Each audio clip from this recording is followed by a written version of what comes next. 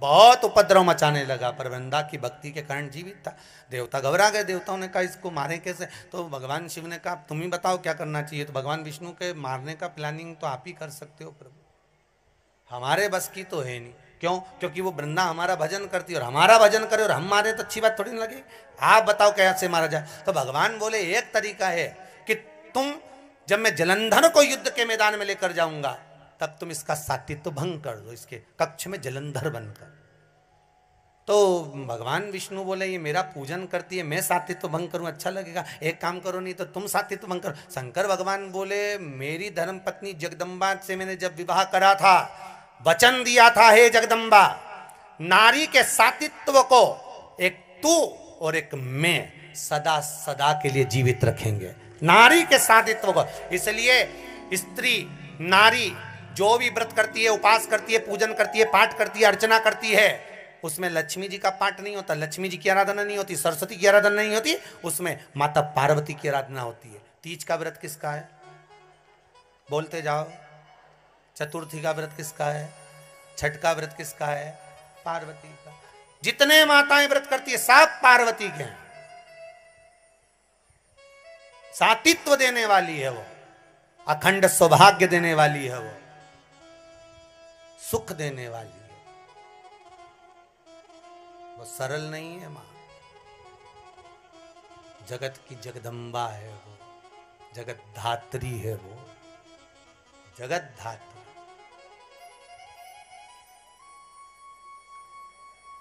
उसको पहचानो जरा। जिसके पति हों अष्ट सिद्धि नवनिधि के दाता, स्वयं शंकर जिसका पति हो उसके पास में अष्ट सिद्धियां नवनिधियां तो चारों तरफ बिखरती हुई चलती है, चारों तरफ बिखरती हुई अष्ट सिद्धि नवनिधियां चलती हो तो वो सहज कैसे हो सकता?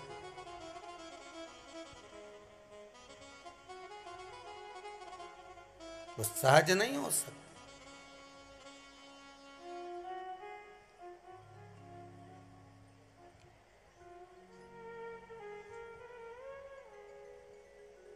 अब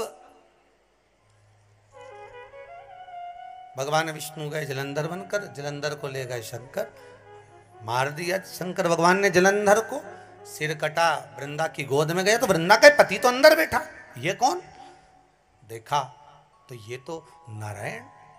क्रोध आ गया वृंदा को, मेरा पति मर गया, आपके कारण मेरा सात्वित्व भंग हो गया, मैं तुम्हें श्राप देती हूं, तुम पत्थर हो जाओ। भगवान कहते हैं वृंदा माना मैं पत्थर का हो जाऊंगा क्योंकि तुम्हारा हृदय कठोर हो गया नारायण। एक नारी का सात्वित्व क्या होता है तुमने उसको डिगा दिया है,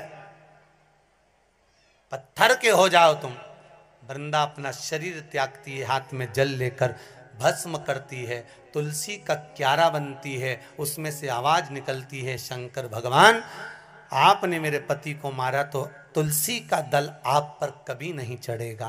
केवल वर्ष में एक दिन बैकुंठ चतुर्दशी का दिन ऐसा होता है जो रात्रि में 12 बजे से लेकर सुबह 4 बजे शंकर भगवान पर तुलसा चढ़ती है और ठाकुर जी पर बेलपत्र चढ़ता है।